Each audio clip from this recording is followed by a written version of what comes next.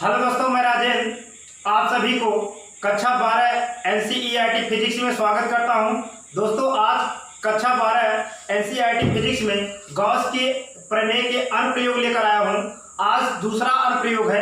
दूसरा अनुप्रयोग आपका है अनंत विस्तार की समतल आवेशित चादर प्लेट के कारण, चादर कहो या तो प्लेट कहो, के कारण वैद्युत क्षेत्र की तीव्रता। तो देखो, इस तरीके से एक अनंत आवेशित प्लेट ले लेंगे या चादर ले लेंगे। इस चादर से बिंदु P पर, इस चादर है, चादर के मध्य बिंदु P से r दूरी पर एक बिंदु P ले लेंगे जहां हमें वैद्युत क्षेत्र तीव्रता निकालनी है। तो दोस्तों, आप जानते हैं, ये आप पढ़ रहे हैं गॉस के प्रमेय के अनुप्रयोग। तो गॉस की प्रमेय के लिए हमें एक बंद पृष्ठ की आवश्यकता पड़ती है। इसलिए इस चादर की देखो, यहाँ इसके मध्य बिंदु से r दूरी पर एक बिंदु P ले लिए और उसी तरीके से इसी के समानीय एक बिंदु P यहाँ क्या ले लिए, एक बिंदु P डैश यहाँ ले लिए। सेम इसी के समानीय एक यहाँ ले लिए बिंदु P डैश। ठीक, तो इस हमें गॉस की प्रमेय लगाना है। तो गॉस की प्रमेय के लिए हमें एक बंद पृष्ठ की आवश्यकता पड़ती है। तो हम एक बेलनाकार गॉसियन पृष्ठ इसके आर पार बना लिए इस तरीके से। ठीक, एक बेलनाकार गॉसियन पृष्ठ बना लिए। ठीक, तो आप ध्यान दीजिए, इस जो बेलनाकार गॉसियन पृष्ठ है, इसमें बेलनाकार, अगर कोई बेलनाकार वस्तु है तो उसमें 3 पृष्ठ होते हैं। एक आपका देखो, एक आपका जो वक्री पृष्ठ होता है, ये क्या है आपका, जैसे ये बेलन है, ये बेलन आपका है, ध्यान, ये बेलन है, इस बेलन के ये वक्री पृष्ठ है और ये क्या है आपका वृत्तीय पृष्ठ दोनों है ना। तो जितना इससे वक्री पृष्ठ जितना वैद्युत फ्लक्स होकर गुजरेगा, उतना इस वक्री पृष्ठ से वैद्युत फ्लक्स होकर गुजरेगा। जितना इस पृष्ठ से वैद्युत फ्लक्स होकर गुजरेगा, उतना इस पृष्ठ से वैद्युत फ्लक्स होकर गुजरेगा। ध्यान दें, इस कंडीशन को आप अच्छे समझना। ठीक, तो देखो, अगर हम यहाँ देखो एक बिंदु P यहाँ लिए हैं, तो देखो यहाँ एक एरिया A है, इस एरिया के अंतर्गत एक आपका पॉजिटिव चार्ज बिंदु आवेश जिसे कहेंगे Q लिए, ठीक है ना। इस Q आवेश कारण यहाँ वैद्युत क्षेत्र की तीव्रता जो है, इस प्लस आवेश के कारण बाहर की ओर, कहाँ, बाहर की ओर। और ये देखो, ये आपका पृष्ठ है, इस पृष्ठ का जो क्षेत्रफल सदिश है, इसके लंबवत होगा, तो इसी दिशा में होगा ना, सेम इसी की दिशा में है। तो देखो, तो इनके बीच जो कोण बनेगा, कितने अंश का बनेगा, 0 अंश का। जो कंडीशन यहाँ है, सेम कंडीशन वही यहाँ होगा। क्लियर। तो ध्यान देना, अगर ये बिंदु P है, ये बिंदु P डैश है, यहाँ मान लेते हैं बिंदु क्या है, Q है। तो इस बिंदु Q से वैद्युत फ्लक्स कितना होकर गुजर रहा है, ध्यान देना, यहाँ बिंदु P से जो Q से वैद्युत फ्लक्स होकर गुजर रहा है वो शून्य है, क्योंकि जो वैद्युत बल रेखांक जो दिशा है ये है और क्षेत्रफल सदिश की दिशा जो है ये है। तो एक दूसरे से कितने अंश कोण बना रहे हैं, 90 अंश कोण बना रहे हैं। इस तरीके से जैसे ये बेलन है ना, तो जो आपका वैद्युत बल रेखाएं हैं ऐसे गुजर रही हैं और इसका जो क्षेत्रफल सदिश है ऐसे है, तो इनके बीच कितने अंश कोण बना है, 90 अंश के। तो इस तरीके से गुजरने वाला वैद्युत फ्लक्स क्या होगा, शून्य होगा। तो ये चीज हमेशा ध्यान देना। तो अगर कहें ये जो बेलनाकार गॉसियन पृष्ठ है, इसमें सबसे अधिकतम वैद्युत फ्लक्स कहां से होकर गुजरेगा, तो वृत्तीय पृष्ठ से होकर गुजरेंगे। इन दोनों वृत्तीय पृष्ठ से होकर गुजरेंगे और ये वक्री पृष्ठ से वैद्युत फ्लक्स नहीं गुजरेगा। ये हमेशा ध्यान देना। तो यही चीज हम लेकर आगे चलते हैं। तो ध्यान देना, ये आपका है, यहां लिखेंगे माना एक क्षेत्रफल, ये जो एक क्षेत्रफल है, माना एक क्षेत्रफल पर वितरित आवेश, एक क्षेत्रफल पर वितरित आवेश हम मान लेते हैं क्या है, Q है। क्या है, Q है। तो देखो, एक क्षेत्रफल, पूरे एक क्षेत्रफल वितरित आवेश Q है, तो इसके एकांक, जहां एकांक मतलब क्षेत्रफल 1 मान लें, है ना। तो एकांक क्षेत्रफल पर कितना, एकांक क्षेत्रफल पर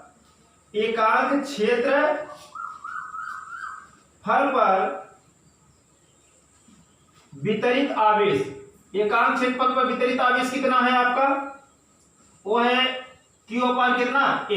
तो दोस्तों, आप जानते हैं कि किसी पृष्ठ के एकांक क्षेत्रफल पर वितरित आवेश को हम आवेश का पृष्ठ घनत्व कहते हैं।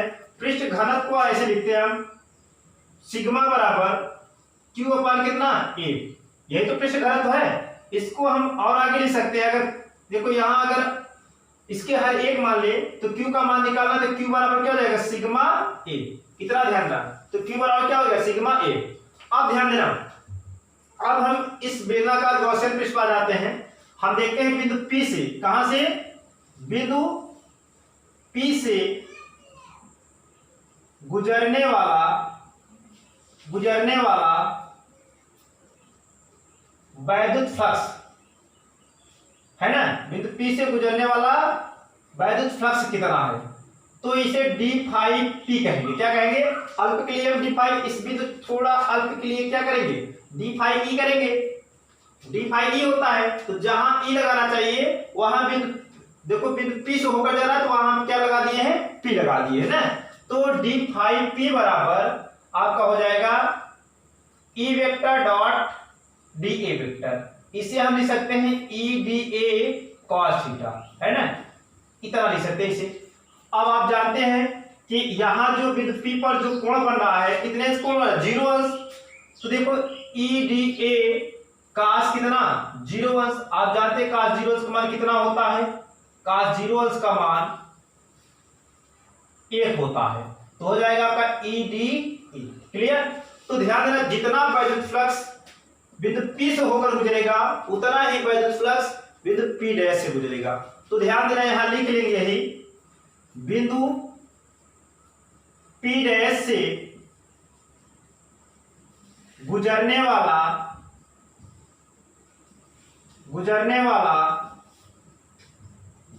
वैद्युत फ्लक्स बिंदु P डैश से गुजरने वाला वैद्युत flux d phi p dash बराबर कितना e da, इतना गुजरेगा, जितना यहां से होकर गुजरेगा उतना यहां से होकर गुजरेगा। ठीक, तो इसके आगे इतना लिख लो, इसके आगे हम और हल करते हैं। आप ध्यान देना, अब यहां देखो बिंदु P और बिंदु P डैश निकालिए। अब हम लिखेंगे दोनों वृत्तीय, ये दोनों वृत्तीय दोनों वृत्तीय, आप दोनों बिंदु लिखो या तो दोनों वृत्तीय पृष्ठ से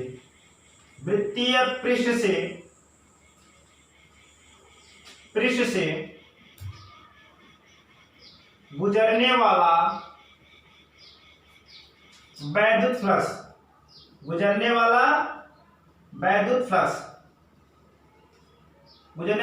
फ्लक्स क्या है, हम टोटल के लिए क्या लगाते हैं फाई ई बराबर, आप जानते हैं टोटल के लिए एक चीज और आप लिखते हैं, होल इंटीग्रेशन लिखते हैं, whole integration EDA plus whole integration EDA। तो फाई ई बराबर इसका हो जाएगा ई होल इंटीग्रेशन, ये होल इंटीग्रेशन को दर्शाता है DA, आप plus E whole integration DA। Clear. अब इसके आगे हल करेंगे,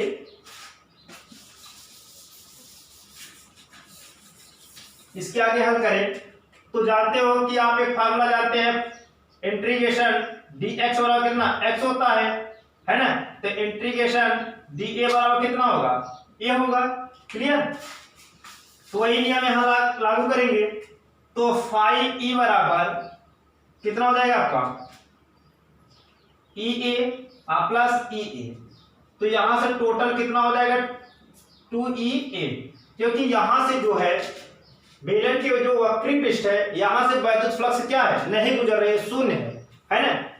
तो तभी यहां हम थोड़ा लिख देंगे, दर्शाएंगे ये कि बेलन के वक्रीय पृष्ठ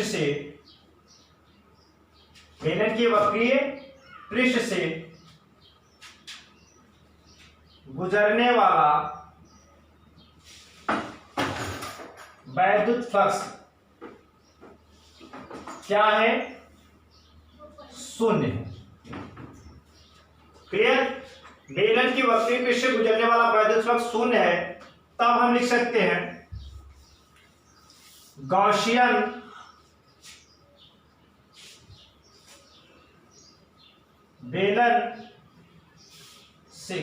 बेलन से गुजरने वाला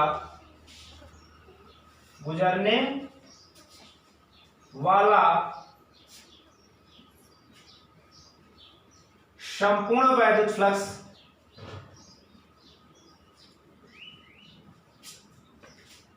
है ना, गॉसियन बेलन से गुजरने वाला संपूर्ण वैद्युत फ्लक्स जो आपको हो जाएगा फाई ई बराबर कितना 2EA, क्योंकि जो भी वैद्युत फ्लक्स होकर गुजरेगा बिंदु P और P डैश से, तो बिंदु P और P डैश से गुजरने वाला वैद्युत फ्लक्स क्या है 2EA। क्लियर। तो अब इसके आगे यहां हल करो आप।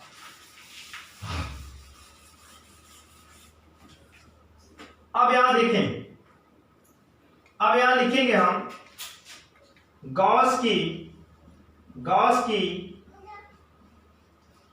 प्रमेय से। गॉस की प्रमेय क्या है, Q अपान एप्सिलॉन नॉट बराबर कितना 2EA, इतना हो जाएगा। तो अब ध्यान देना, तिर्यक गुणा कर देंगे।